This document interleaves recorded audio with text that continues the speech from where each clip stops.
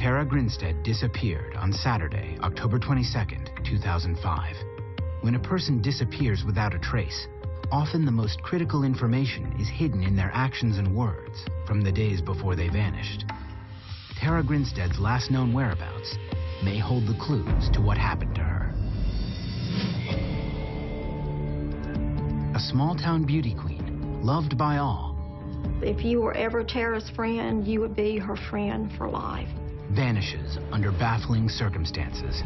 There can be an abduction with no indication of a struggle. She gave me the impression that he acted like he was not himself. He claimed that he was a serial killer. A massive police investigation thrusts a tiny town into the national spotlight. There was a latex glove. There's all kinds of reasons why people kill others. I've been involved in some major investigations, but this one has had more twists and turns. It's worse than death. Death is final. Someone vanishing, it's not final until you find them.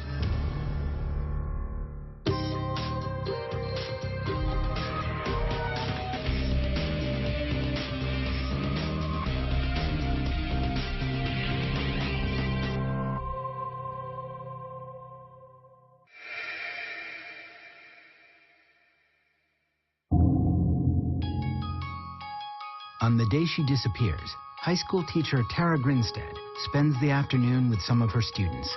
They're preparing for the Miss Georgia Sweet Potato Pageant, a big event in a small, close-knit town like Ocilla, Georgia. On that Saturday, Tara had helped a lot of the girls prepare for the pageant. She had done their hair and their makeup. A lot of them borrowed her dresses as well. And she had so much fun. She had a really good time with the girls. You know, they had snacks and had lunch. Tara has an especially close relationship with many of her students. I never heard anybody say a bad thing about Tara. They related really well to her. She always went the extra mile to help her kids, and she made class so much fun. Most of Tara's students would say, well, she's my teacher, but she's also my friend.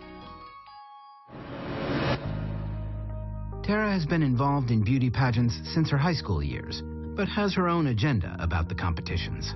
Pageanting was not for show and not for everybody to tell her she's beautiful. I think it gave her self-confidence, number one. I think it bettered her self-esteem. Contestant number 2. In 1999, Tara won the title of Miss Tifton, Georgia. That victory gave her the opportunity to compete in the Miss Georgia pageant. Once you accomplish one of your dreams, I mean, how often do you do that? And she did by going to Miss Georgia. Tara doesn't win the Miss Georgia pageant, but her family says that for her, winning was never the most important thing. I never saw in her that winning a pageant was an ego thing. It was not about just the title of winning. It was always about accomplishing something. Tara's goal had always been education. She succeeds in funding her entire undergraduate education with money earned from pageants. She knew college is expensive and it was going to be tough on her, and she did not want to burden her mother any more than she had to. After getting her bachelor's degree in education, Tara works full-time and takes graduate classes at night, working steadily toward her ultimate goal, a PhD in education. She had gotten a 6-year degree in administration, and that was what she was pursuing her doctorate in. I think she eventually wanted to be a high school principal.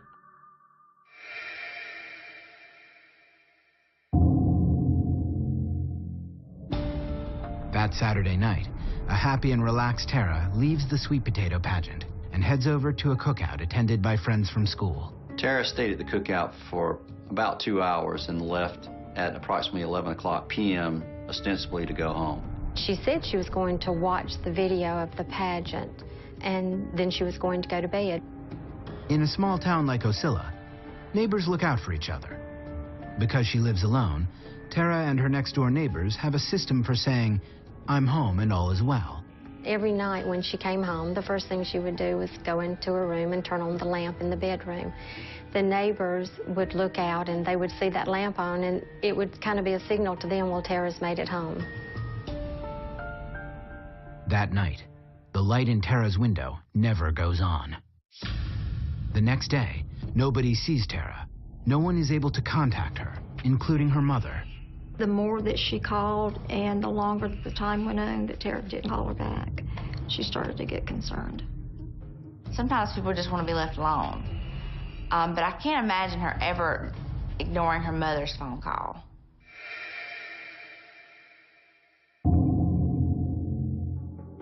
On Monday morning, Tara doesn't show up to teach her classes at Irwin County High School. Friends and family know that something is very wrong. That was a red flag for me because I knew what a dedicated teacher Tara was. Tara had never missed a day of school without pre-arranging a substitute teacher. One of Tara's friends calls Ocilla Police Chief Billy Hancock. He indicated to me that Tara had not been seen over the last day, that the school had been contacted. She had not shown up there. Chief Hancock arrives at Tara's residence at approximately 10 a.m. on Monday. Her car is parked in its usual spot under the carport. The fact that her car was there and she wasn't meant that she probably left with someone. The doors of the car are unlocked.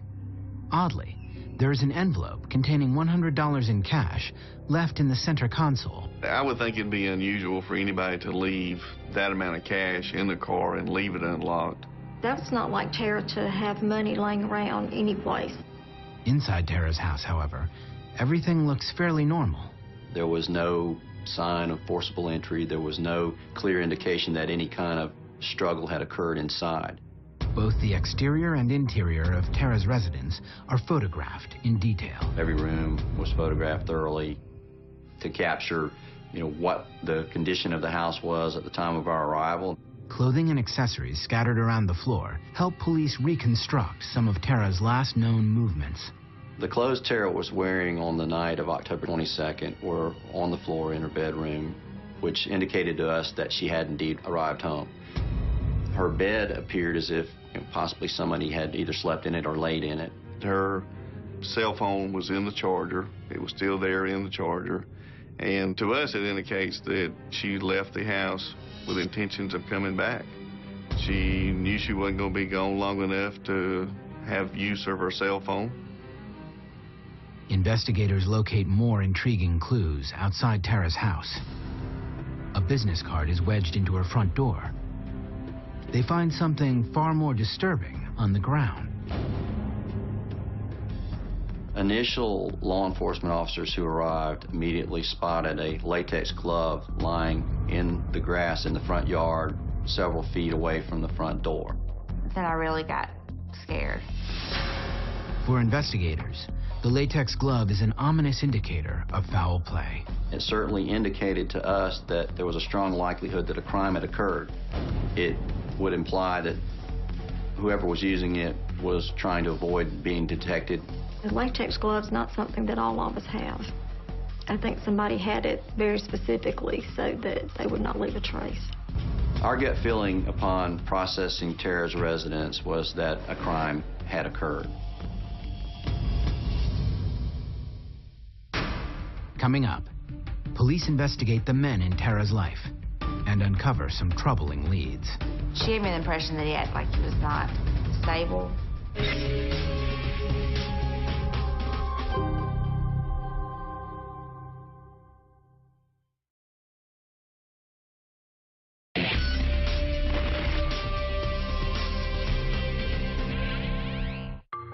After a day spent with friends and colleagues, 30-year-old high school teacher Tara Grinstead has vanished. I have never known Tara to just take off without letting somebody know. I'm not aware of any time that she ever did that. Everybody might not know, but somebody always knew where she was. By the time local police arrive at her residence, nobody has seen or heard from Tara for almost 2 days. Everybody knew that she just had not, gone off for a couple of days, that something had happened, something serious had happened to Tara. Due to the urgent nature of the case, Ocilla Police request the assistance of the Georgia Bureau of Investigation. When a person goes missing and we're asked to investigate, we operate with the premise that we're going to presume the worst and hope for the best. To investigators, a latex glove found near Tara's front door makes it look like someone was attempting to cover up a crime. Either there was an abduction of Tara in which someone wore gloves, or they returned to the scene and accidentally dropped a glove. Besides the glove, police have few indications that a crime took place. To us, there was no clear sign of a struggle. However, that doesn't affect how you proceed in an investigation, because there can be an abduction with no indication of a struggle. It'd be quite easy to take someone out of their house at gunpoint and there'd be no disturbance whatsoever. My gut feeling is that somebody came by and she left with someone that she knew, and that something horrible happened after that. Tara's family begins to fear that they might not ever see her again. Meanwhile, lack of a crime scene presents a daunting challenge to investigators. In a typical criminal investigation, you have an outcome against which you can measure evidence and theories. In a missing persons case, you don't have that outcome, so you can't measure anything against anything. Everything remains in play. Law enforcement seals Tara's house and takes her car and the latex glove in for evidence processing. We actually had a crime lab scientist on the phone immediately who was preparing a plan as to how to handle that latex glove to maximize the possibility of the recovery of evidence.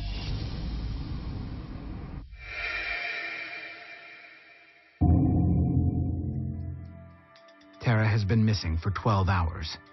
That evening, at Irwin County High School, students and teachers band together in an effort to find her. The first flyer that was made just basically had a picture of Tara and just had the words missing on it. It just described her height and weight and color of her hair and her eyes. The students are coming up and they're like, you know, what can we do? We can't just stand around. And I was so touched that, you know, these kids did that. And, you know, they did this until like 1 o'clock in the morning. Tara's fellow teachers and students design and then distribute hundreds of flyers throughout the Ocilla area. Posters were everywhere in this community. I mean, they were on light poles, in business windows, on cars, just almost everywhere imaginable. Georgia Bureau of Investigation agents interview all of Tara's neighbors and conduct an extensive search of her neighborhood. Also, some tracking dogs were brought in to try to see if they could pick up on any kind of scent of Tara, to see if she had gone somewhere on foot that we might be able to find her. Both the canvas and the search dogs turn up nothing of value to investigators. Searching for clues, they delve deeply into Tara's background. You learn as much about the victim as you can, their timeline, their propensities, their associates. They learn that Tara's circle of acquaintances was huge, from her second job at a department store makeup counter to the various campuses where she took graduate classes. She had been going to school at night for several years, working on her master's and her specialist degree, so that involved a lot of students that she had met that obviously we would not know. But it is closer to home that investigators uncover a deeper mystery.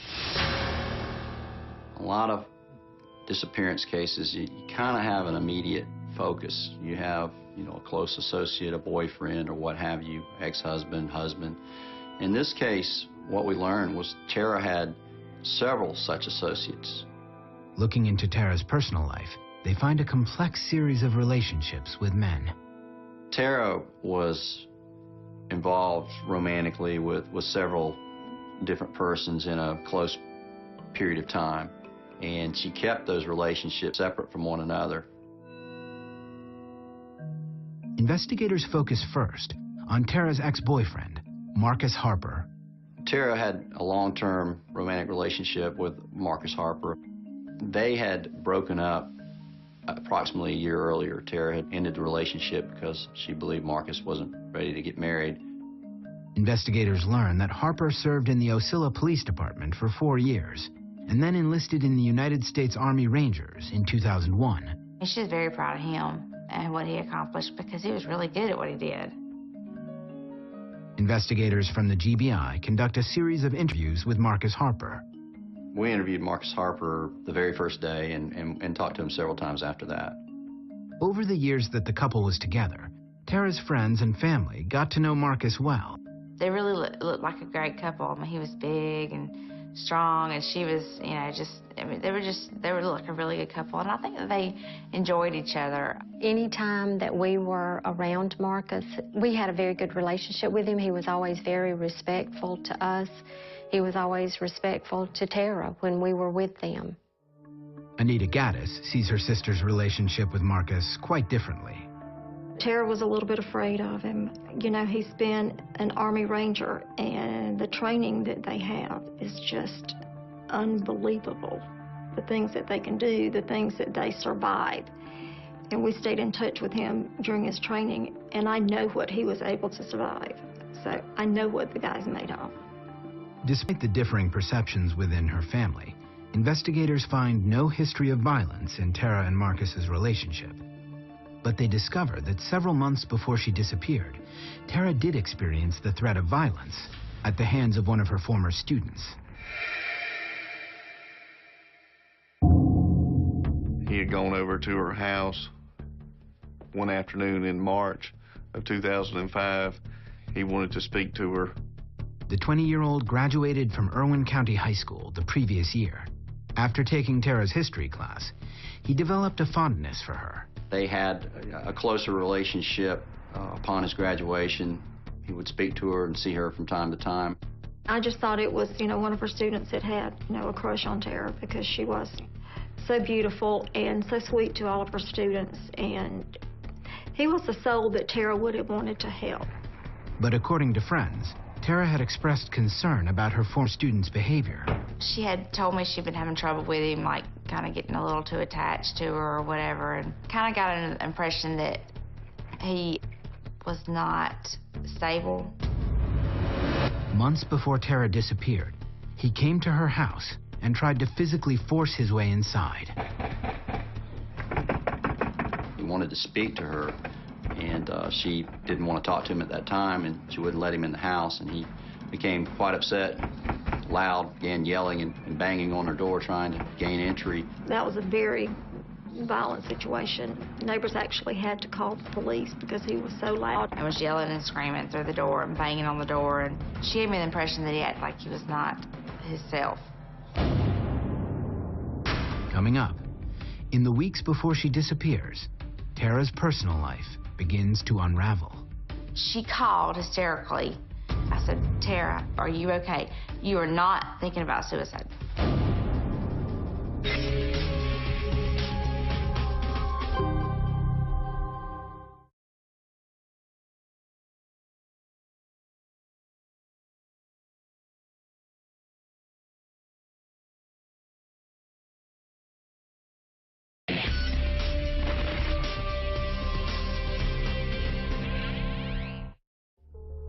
"30-year-old Tara Grinstead has been missing for 24 hours. Agents from the Georgia Bureau of Investigation learn that 7 months earlier, one of Tara's former students appeared uninvited at her home and tried to force his way inside. He wanted to speak to her. She did not come to the door. He began to bang on the door. Basically, there started to become a disturbance. I don't know if he read some signals wrong or if he just had a crush on her that he took too far.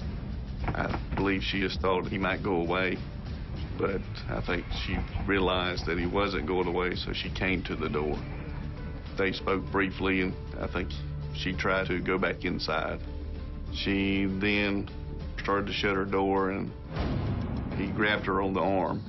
She pulled away and was able to shut the door. At the time, Ocilla police are unable to get the former student to calm down, so he is arrested for disorderly conduct. According to Tara's handwritten statement to police, he invaded my privacy in my own home. While doing so in a raging and out-of-control manner, I was very scared for my well-being, as well as concerned about him. His actions at the house did concern us, that there was some sort of a connection between he and Tara. She never told me that she had any kind of inappropriate relationship with him. I don't think she did. Still, the former student's strange behavior is reason enough for investigators to look for a connection with Tara's disappearance. We thought it critical to interview him immediately. He was working at a job in Milledgeville, Georgia, about 100 miles away, and we immediately had an agent in that area find him. The former student is able to account for his time on the night that Tara disappeared. Meanwhile, investigators keep digging into Marcus Harper and his relationship with Tara. In February of 2002, Marcus was deployed to Afghanistan. According to her sister, the separation and distance became difficult for Tara to deal with. She said she really could not stay in that kind of relationship because if they go overseas and something bad happens to them, you know, you never find them, nobody knows anything. I could tell after that things changed a lot for them. He changed and their relationship changed. But she just didn't want to quit. She loved him. Tara and Marcus end their relationship, but remain in close contact. They still saw each other occasionally. They still talked and emailed and called. And so Tara took that as there was still some kind of relationship. Then, 3 weeks before Tara disappears, Marcus returns home to Ocilla, but doesn't contact her. He had not told Tara he was home. Tara found out that he was back in Ocilla in Irwin County from a third party, and that made her very upset. That really devastated her. She felt betrayed, and at that point I said, okay, look, he didn't want you to know he was back.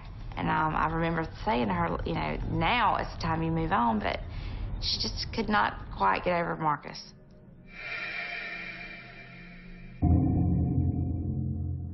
Investigators learn that Tara calls Marcus from her car and confronts him about not getting in touch. She was coming back from class in Waycross when she had engaged in a telephone conversation with Marcus Harper.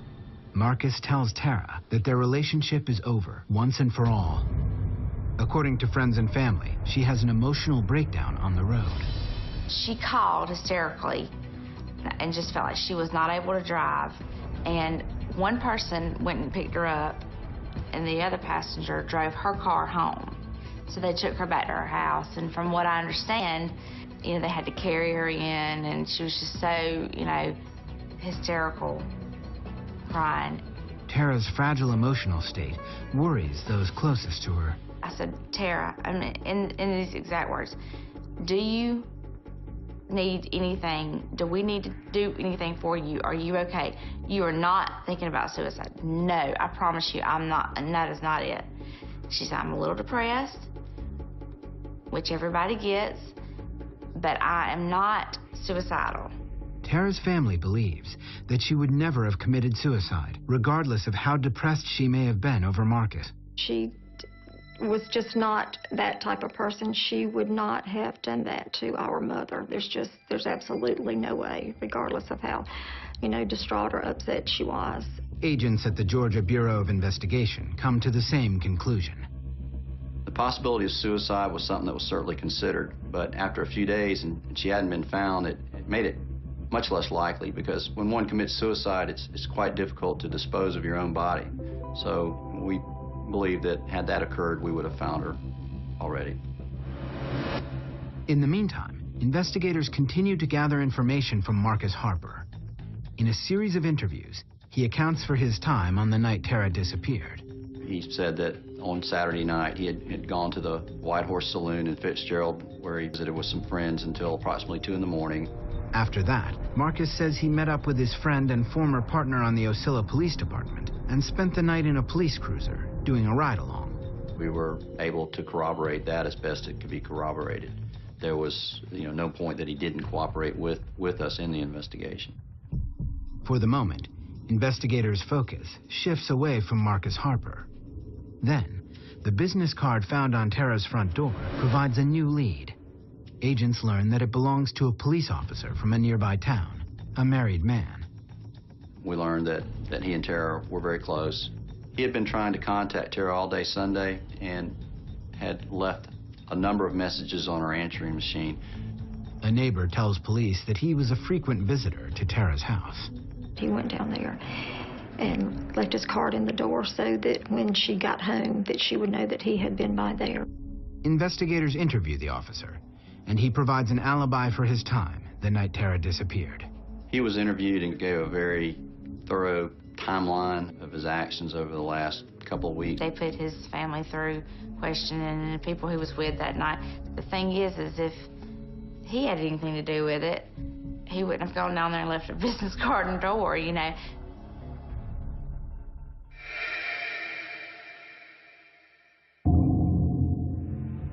Four days after Tara's disappearance, investigators find themselves back at square one. Desperate to uncover tangible evidence, they organize a large-scale search for Tara. A organized, comprehensive ground search took place of the entire perimeter of Irwin County. We had horses, we had airplanes, people volunteered, we had four-wheelers, four-wheel drive vehicles, we had people walking.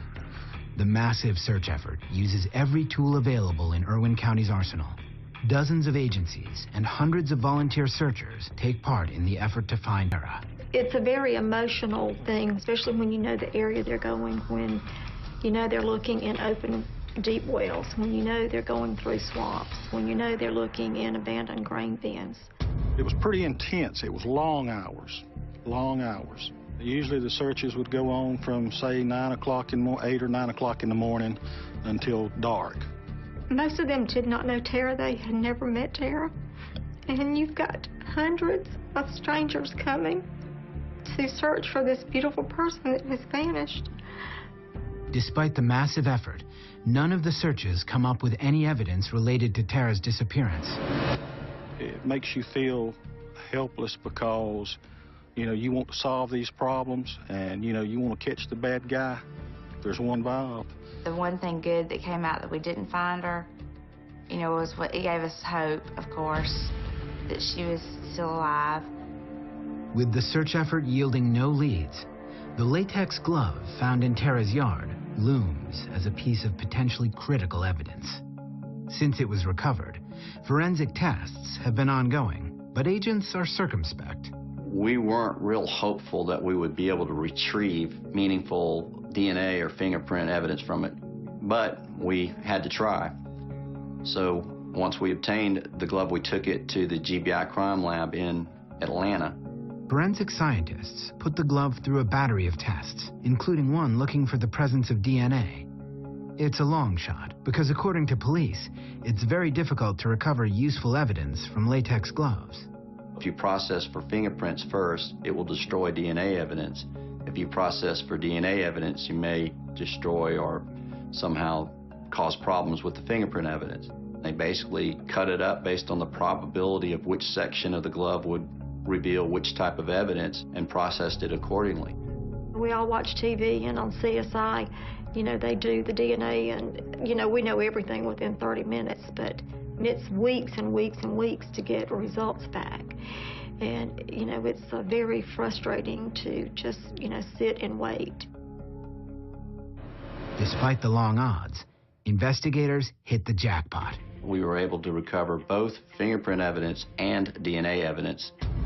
The fingerprints found on the glove are only partial prints, limiting their use in the investigation. Fortunately, we also had DNA on the glove, male DNA. Thanks to the DNA evidence, GBI agents finally have a powerful lead in Tara's disappearance. The DNA evidence lets us know that a male was at Tara's house and either wearing or had a glove in their possession. Coming up, police look for a DNA match, believing that person may be responsible for Tara's disappearance. We began swabbing pretty much any associate of Tara's that we came across. And later, volunteers are back searching for Tara Grinstead. The news media descends on Ocilla, potentially compromising the investigation. When you lose control of the flow of information, you don't know what you lost.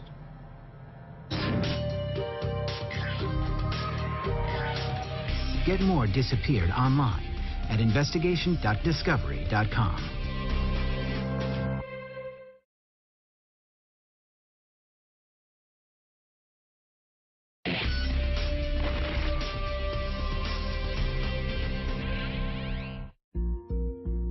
The investigation into Tara Grinstead's disappearance has been in full force for 10 days. Investigators recovered DNA evidence from the latex glove found at Tara's residence, suggesting that an unknown male was on Tara's property during the time she disappeared. We knew that we were looking for a male potential offender. So at that point, we ensured that we obtained DNA samples from most everyone we could associate with Tara. She met hundreds of people every day, and she was such a personal person and smiled, and she would introduce herself to anybody. Any male that came in contact with Tara, whether it was at her high school, at one of the colleges she went to, there's very few people that I know that they haven't swabbed. Agents collect the DNA of 144 men that had any contact with Tara, no matter how distant. Essentially, all you do is take a swab of the inside of someone's cheek and submit that swab for comparison against the questioned DNA. In our case, the DNA from the glove. But when the samples of DNA are compared, there is no match with any of Tara's male associates. Investigators find no match with the National DNA Database either. We've investigated everyone that we know of that was closely associated with Tara, and we can't find anything to indicate that any of them are responsible for her disappearance. But investigators can't eliminate any of the men in Tara's life either. They might have had an accomplice whose DNA was left on the glove. Maybe someone was involved in moving Tara's body. Maybe someone was involved in cleaning up, whatever evidence may have been at her residence before we arrived. The lack of conclusive evidence frustrates investigators. Although each of Tara's close male associates provide credible alibis, none can account for every minute of their time during the 34 hours between when Tara was last seen and when she was discovered missing.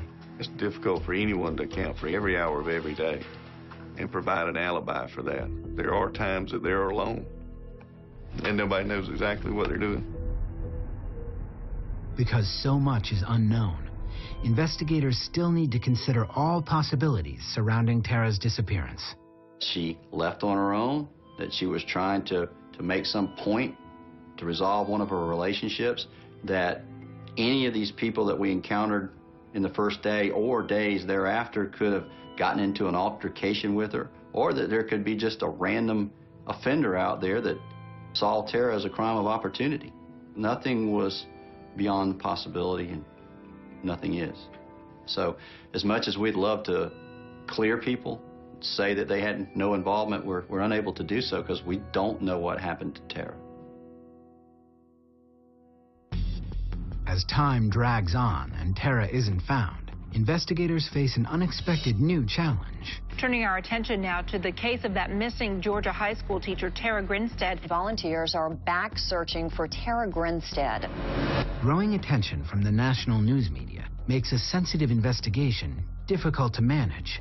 The entire interior of the residence and exterior was being broadcast as newscaster after newscaster toured the residence, videoed it, and put it on the air. Your possible crime scene is all of a sudden exposed to the national media. That's just something that law enforcement isn't used to having happen. According to both Ocilla Police and the GBI, confidential details of their investigation are reported by the news media without their knowledge or consent. Things that were in the residence that we might have used to trip up somebody in an interview was gone. Investigators never wanted their discovery of the latex glove to become public knowledge, but it did. Once it became public, anyone that we interviewed that may have been responsible for Tara's disappearance and was the one that left that glove knew we had it. You might think that he'd dropped it somewhere else, or may not even realize he'd left the glove behind at all. Equally troubling, private citizens set up tip lines, but sometimes neglect to share information with law enforcement. One well-known tip line was actually going to the cell phone of a bounty hunter. What information may have been lost because of that, I can't imagine. When you lose control of the flow of information, you don't know what you lost. The sometimes intrusive media coverage also stokes the fires of accusation. With all the media attention, there were a lot of armchair sleuths all over the country that were contacting us and some conducting their own investigation. One website, called Backward State, goes so far as to present excerpts from one of GBI agent Gary Rothwell's television interviews played backwards. The amateur sleuth claims that the interview audio played in reverse reveals hidden clues about the people responsible for Tara's disappearance. I was identifying the true offender, and all you had to do was play my interview backwards. It was amazing.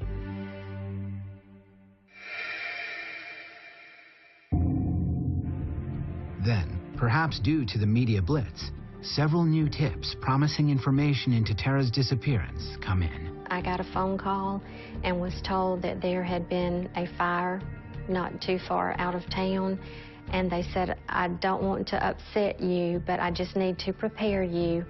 There is a chance that it could be connected to Tara. There was a residence a few miles from Osceola where a house burned and a vehicle burned. There were some theories developed that that arson was used to cover up evidence of Tara's abduction. GBI agents and support personnel go to the burned-out house to investigate. We headed to that scene as fast as possible, coordinating, having appropriate personnel to process it. Anytime there's burned bodies or the remains of something are found, that's the first thing that goes through my mind, you know, is it her? But the search effort yields nothing. Nothing at the arson scene was found that could be associated with Tara. In the beginning, every time what sounded like a viable tip would come in, we would immediately think, this is it. After the first probably 2 or 3 times then that happened, you learn to be guarded in your optimism. Over the next few months, more tips come in, but none bring investigators any closer to finding Tara. There's been many times when we had what we call he ain't right moments, where we've encountered people in this investigation that their behaviors didn't seem appropriate. That's happened lots of times. Unfortunately, we haven't found evidence to support those feelings. Most of the time, we found evidence completely to the contrary.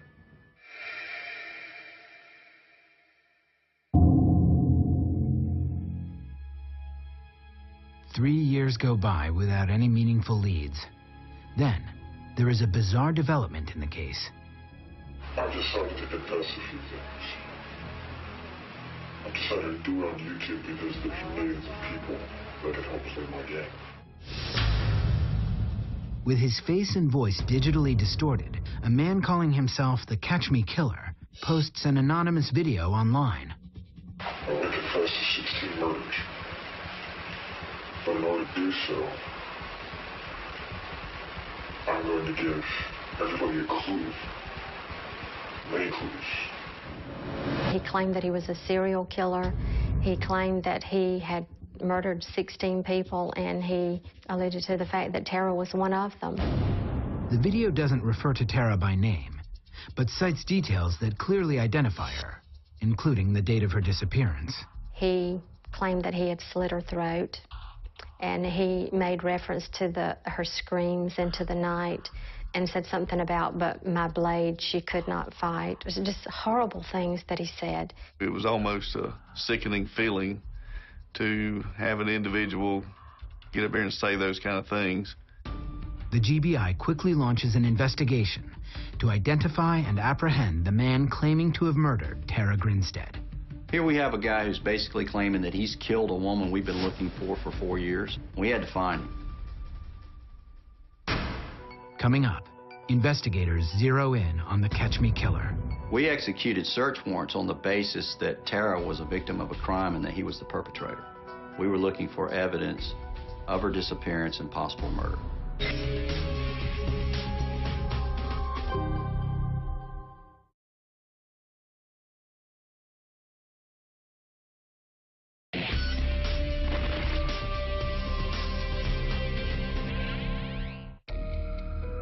By February 2009, Tara Grinstead has been missing for almost 3.5 years. There are still no suspects in her disappearance. But now, a man calling himself the Catch Me Killer posts an anonymous video online. With his voice and likeness digitally obscured, he claims to have killed 16 people, including Tara Grinstead. Once all 16 bodies are found, you'll know exactly who I am. because I have knowledge that the police know about, the FBI know about, that you don't. Investigators note that the Catch Me killer appears to possess intimate knowledge of Tara's life.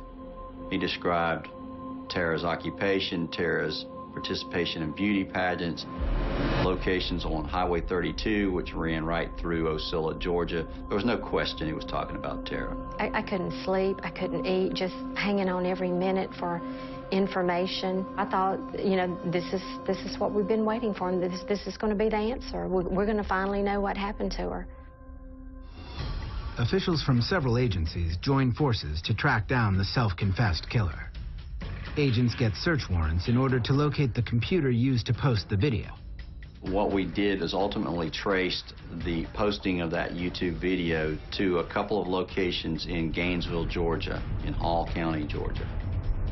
Investigators identify the man behind the video as Andrew Scott Haley. They raid his home and other locations in Georgia and seize his computer, camera, and writings. Within hours, they determine that Haley's video confession is a hoax.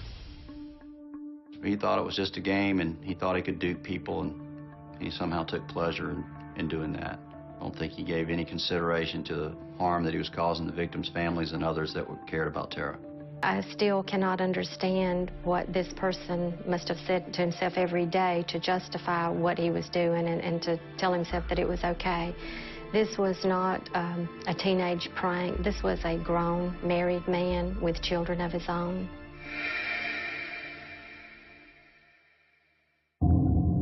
Haley is found guilty of felony tampering with evidence and making false statements, and sentenced to 10 years in prison. As a first offender, he'll serve just 2 years in a work-release jail. Today, the Grinstead case file is the Georgia Bureau of Investigation's biggest active case. Finding Tara still hinges on making a DNA match to the latex glove found outside her home. It's almost amazing that we haven't gotten a hit yet. If someone is responsible for Tara's disappearance, it's highly likely we haven't talked to them yet. Investigators still believe the case will eventually be solved. We have evidence. We have DNA evidence. We have fingerprint evidence. It's not like we have nothing. We have a lot of information.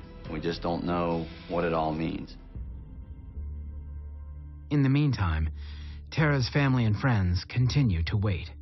Is she gone? Is she dead? When you just don't know any answers, you don't have a way of controlling your emotions. It's a horrible situation for anybody to have to go through. It's worse than death. Death is final. Someone vanishing, it's not final until you find them. You see how hurt these people are at the loss or disappearance of their loved one, and you want to put an end to that. I've never experienced anything like that. I do have girls of my own. I just can't imagine what it would feel like if one of those were in a situation like Tara. With Tara missing now for more than 5 years, her family is desperate for closure on their tragedy.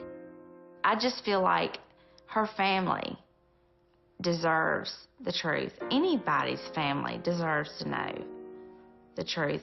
We wanted to believe and still believe that somebody out there has the information that we're looking for, and for whatever reason has just not found the courage to come forward with it.